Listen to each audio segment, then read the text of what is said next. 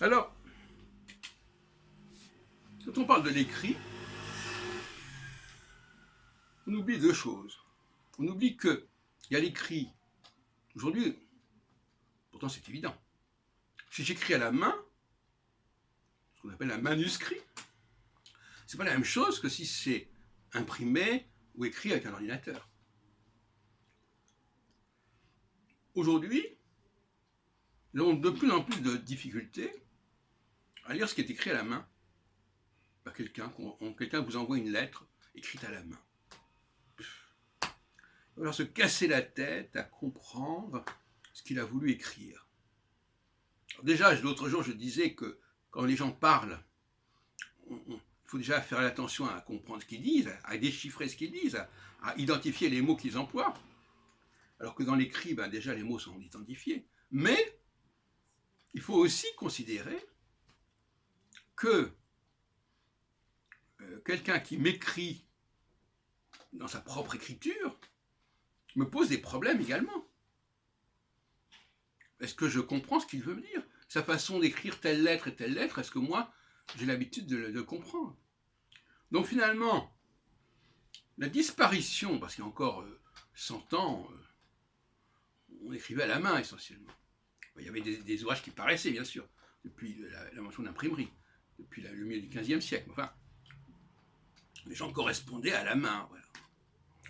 Et ça faisait un effort intellectuel que nous ne faisons plus aujourd'hui. D'ailleurs, nous n'avons presque plus d'écriture. Nous ne savons même plus à quoi ressemble notre écriture. Puis dès que je tape sur un ordinateur, c'est standardisé. Pour moi et pour les autres. Donc finalement, la seule chose que nous ayons encore comme écriture, c'est la signature, à la limite.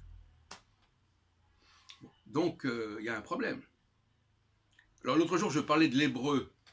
Je disais que l'hébreu, oui, il y a un effort parce qu'il n'y a pas de consonne, il n'y a pas de voyelle. Il faut donc deviner ce qui est écrit.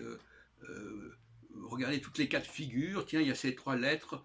Est-ce que c'est un passé, un présent, un futur, je ne sais pas quoi. Effectivement, c'est formateur d'avoir une écriture où tout n'est pas écrit, où les choses ne sont que suggérées, ne sont qu'allusives. Eh bien, c'est pareil pour l'écriture manuelle, c'est formateur. Et je terminerai avec le cinéma.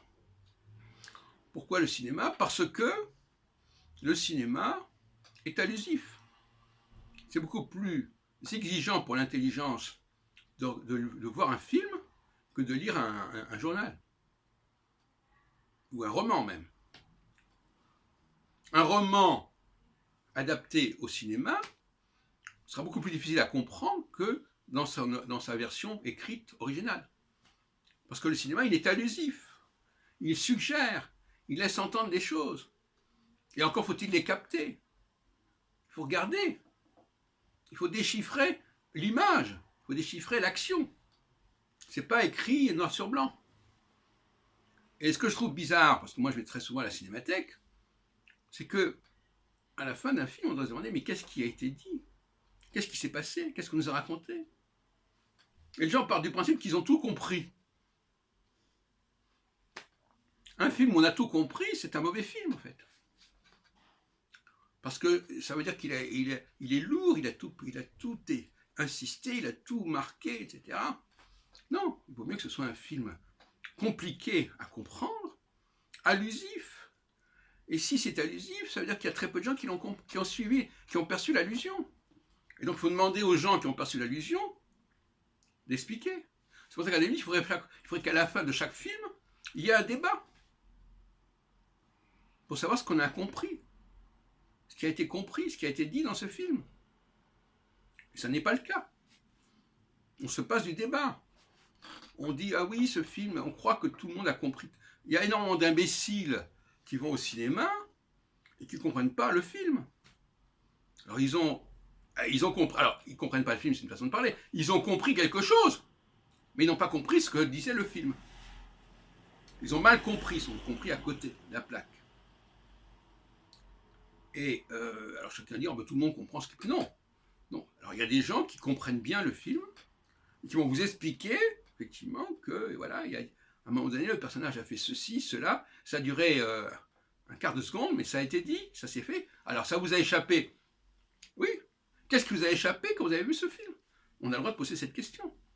Alors il paraît que c'est une question scandaleuse, une question insultante, une question provocatrice, de dire est-ce que vous avez peut-être que vous n'avez pas compris le film. Alors là, si vous dites à quelqu'un peut-être que vous n'avez pas compris le film, alors là, il vous dit mais laissez-moi tranquille, qu'est-ce que ça veut dire? Qu'est-ce que c'est que ces questions? Vous me prenez pour un imbécile. Bon. Voilà, donc effectivement, le cinéma est très formateur, mais il faut savoir que justement, il est formateur, c'est-à-dire que s'il est difficile. Il est difficile, et il faut apprendre à regarder les films, il faut apprendre à les comprendre, et c'est le rôle des ciné-clubs, d'une certaine manière, de les décortiquer, de les expliquer. Mais le ciné-club, à mon avis, il est valable pour tous les bons films. Alors, il y a des films qui sont tellement lourds que tout le monde comprend tout ce qui est dit. Mais généralement, ce ne sont pas des bons films. Parce qu'ils sont lourds et ça ne correspond pas au génie du cinéma.